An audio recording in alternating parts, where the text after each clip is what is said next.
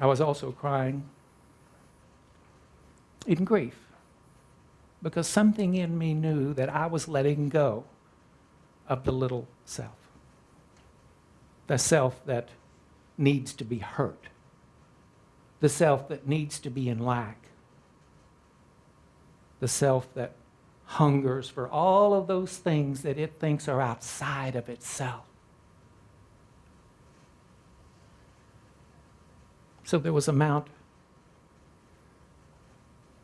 of grief going on at the same time. I think that we all think about God in one way or another. And that was one of the questions, do you think about God? I thought about God more than I think the normal person should think about God. And I believe that there are a lot of you in here that think about it too. I also think that there are a lot of you that think about prayer and meditation and you don't really do them or do them regularly enough or with enough intent. You know, we guide our lives, we direct our lives through prayer. And we listen to God through meditation. And that does not mean that when we're sitting there, we're going to get the voice of Cecil B. DeMille coming in saying, Thursday, turn left. No. It comes later. We can sit in meditation and not get a thing and think, why did I do that? Nothing happened. But a day or a week or 10 days later, we'll get a wonderful answer to something that we have been seeking. God does talk to us.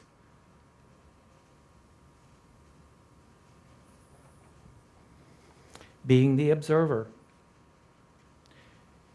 The mere fact that you can observe your mind means that you are more than your mind. Everybody can do it. Observe your thoughts. What am I thinking right now?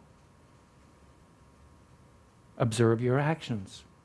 What am I doing right now? What did I do today? The problem is that we let the observer go by getting back into our hypnotic way of living, our hypnotic way of thinking. We stop becoming the observer and we become the observed. And that's all that we think that we are. And we are much, much, much more. Do you sometimes feel an uncommon sense of love or compassion? I've had so many people say to me that they want to love, they just don't know how. With the way the world is and the way that people act, how can you love? You do love, you see. That's the answer. You already do love. You hold it back because of what people are doing or you're afraid of their responses. You were born in love. You are love. You already have it. You already have it inside you and all about you. The deal is just to let it go, is to give it.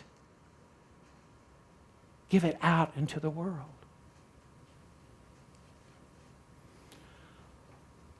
One way to know for sure if you're on a path or not, whether it's an organized path or whether it's simply something to do for a month or 2 days or a week, is do you feel the fire in your heart? And I'm not talking about heartburn.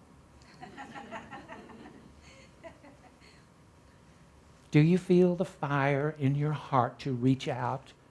Do you feel the fire in your heart to change your lives? Do you feel the fire in your heart to do something about your life? Do you feel that fire?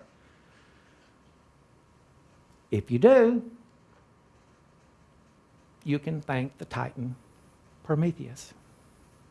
We all know this. It's very simple. Prometheus was a Titan god who stole fire from Zeus and put it in mortal man. We all have it.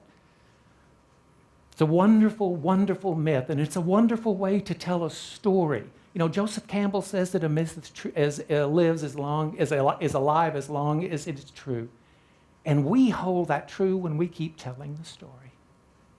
Yes, we all have that wonderful fire within us, and that fire wants to know itself. That fire wants to experience itself. And I say that that fire is God. That fire is God in our heart, wanting to experience itself as us in the things that we do in our lives. Now, as the story goes, Prometheus paid a very high price for putting that fire in humans. But we are not punished for having it because we were supposed to have it. You see, Zeus didn't want us to know who we were. He didn't want us to know that we were capable of magnificence, that we were capable of miracles, that we were capable of living dynamic and fabulous lives. He wanted us to remain puppets. But we got the fire. And that fire in us wants to grow.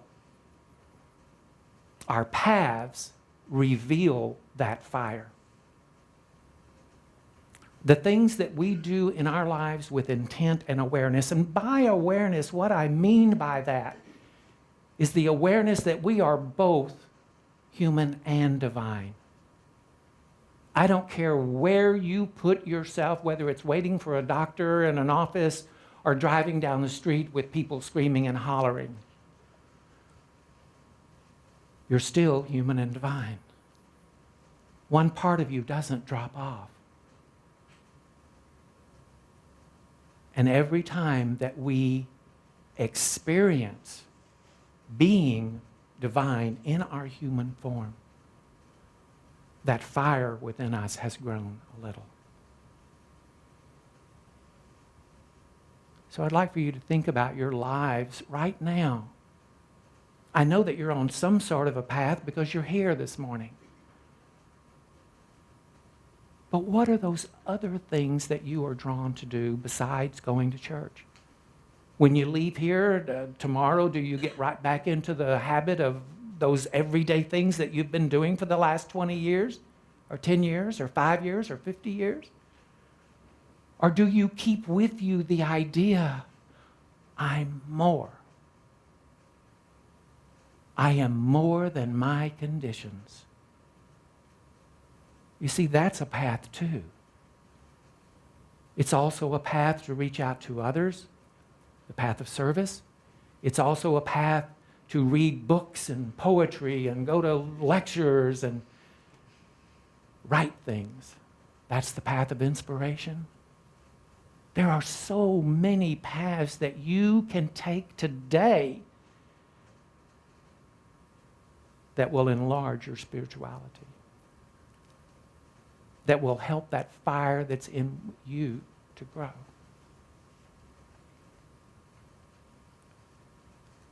So I invite you to take a look at your life. What do you feel? What is it that you want to do? What are you curious about? You don't have to wait on somebody else's calendar. Your calendar is your own. And you can live your spirituality anywhere, anytime, day or night. I'd like to close with this from my book, A Seed is Spinning the World.